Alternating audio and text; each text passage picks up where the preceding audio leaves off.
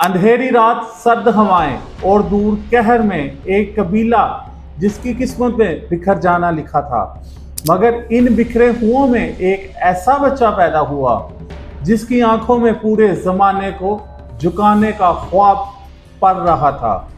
جس وقت سب خانہ بدوش قبائل آپس کے دشمنوں میں الجھے ہوئے تھے، تب کسی کو اندازہ بھی نہ تھا کہ صحراؤں سے اٹھنے والا یہ طوفان دنیا کے نقشے کو بدل ڈالے گا۔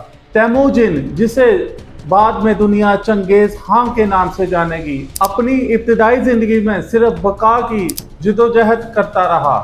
اپنے والد کی زہر خورانی کے بعد جب وہ چھوٹی عمر میں یتیم ہو گیا تو قبیلے نے اسے اور اس کی ماں کو بے یار و مددگار چھوڑ دیا۔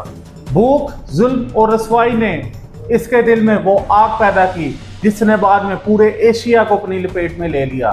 چنگیز خان کا بچپن میدانوں میں بھٹکنے اور دشمنوں سے بچنے میں گزرا۔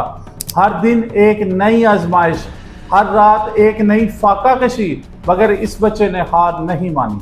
وہ جانتا تھا کہ جو جھکتا ہے وہ بچتا ہے اور جو سیکھتا ہے وہ حکمرانی کرتا ہے۔ اس لیے جب دوسرے بچے کھیل میں مصروف ہوتے، وہ تیر اندازی اور گھڑ سواری میں اپنی مہارت بڑھا رہا تھا۔ وقت نے جب اسے تھوڑا سا سانس لینے کا موقع دیا، تب اس نے قبائلی سیاست کو سمجھنا شروع کیا۔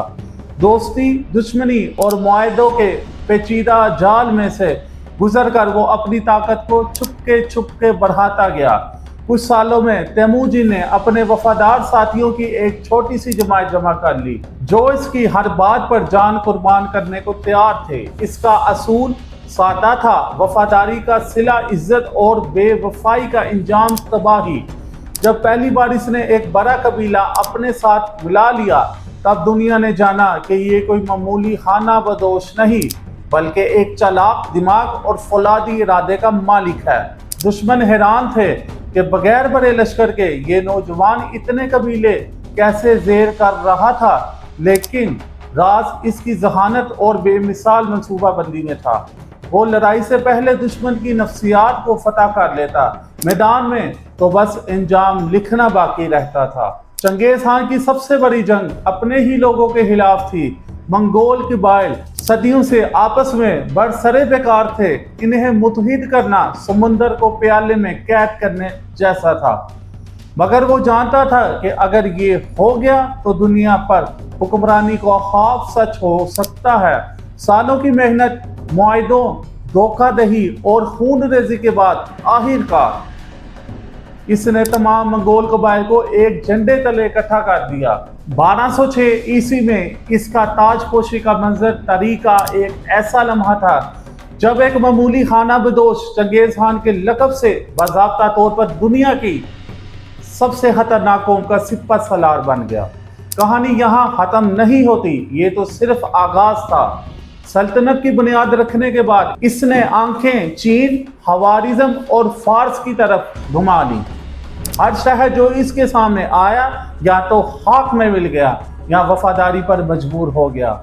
اس کی افواج بجلی کی رفتار سے سفر کرتی، دشمن کو خبر بھی نہ ہوتی کہ حملہ کب اور کہاں ہوگا۔ ہر معرکہ میں اس کی حکمت عملی نہیں ہوتی، ہر حملے میں نفسیاتی جنگ کا عنصر نمایاں ہوتا۔ چنگیز خان نے کبھی مہربانی کی امید نہیں رکھی اور نہ ہی اپنے مخالفین کو رحم کا کوئی موقع دیا۔ اس کی شہرت ایسی ہو چکی تھی کہ شہر خود بہت ہتھیار ڈال دیتے، صرف اس کے نام کی دہشت سے۔ جب خوارزم شاہیوں نے اس کے قاصوں کو قتل کیا تو چنگیز خان نے انتقام کی ایسی آگ بھڑکائی کہ پورا خوارز راکھ پہ بدل گیا۔ ایک ایک شہر کو نیست و نابود کیا گیا، ہر قلعے کو مٹی میں ملا دیا گیا۔ تاریخ آج بھی لرزتی ہے جب اس کا نام خوارزم کے ساتھ لیا جاتا ہے۔ لیکن یہ بھی سچ ہے کہ وہ جہاں تباہی لاتا وہیں امن کا نظام بھی قائم کرتا، راستوں کو محفوظ بناتا، تجارت کو فروغ دیتا اور قوانین ایسا سخت نافذ کرتا کہ کسی کا مال و جان محفوظ رہتا۔ مگر ایک فاتح کی زندگی میں بھی سورج ڈھلنے کا وقت آتا ہے۔ جب وہ دنیا کی نصف آبادی پر اپنا پرچم لہرا چکا تھا، قدرت نے اسے واپسی کی راہ دکھا دی۔ ایک معمولی شکار کے دوران زخمی ہونے کے بعد چنگیز خان کی حالت بگڑتی گئی۔ 1227 عیسوی میں اس کی موت نے ایک عہد کا اختتام کر دیا۔ اس کی تدفین کو بھی راز میں رکھا گیا تاکہ اس کے دشمن اس کی قبر کی بے حرمتی نہ کریں۔ آج بھی دنیا میں کوئی نہیں جانتا کہ وہ کہاں دفن ہے، اور شاید یہی اس کے افسانوی ہونے کی سب سے بڑی دلیل ہے۔ چنگیز خان کا کردار ایک معمہ ہے، ایک طرف بے رحم جنگجو، دوسری طرف شاندار منتظم، وہ شخص جس نے لاکھوں جانیں لیں مگر ایک ایسا قانونی نظام بھی چھوڑا جو صدیوں تک مشرقی دنیا پر اثر انداز رہا۔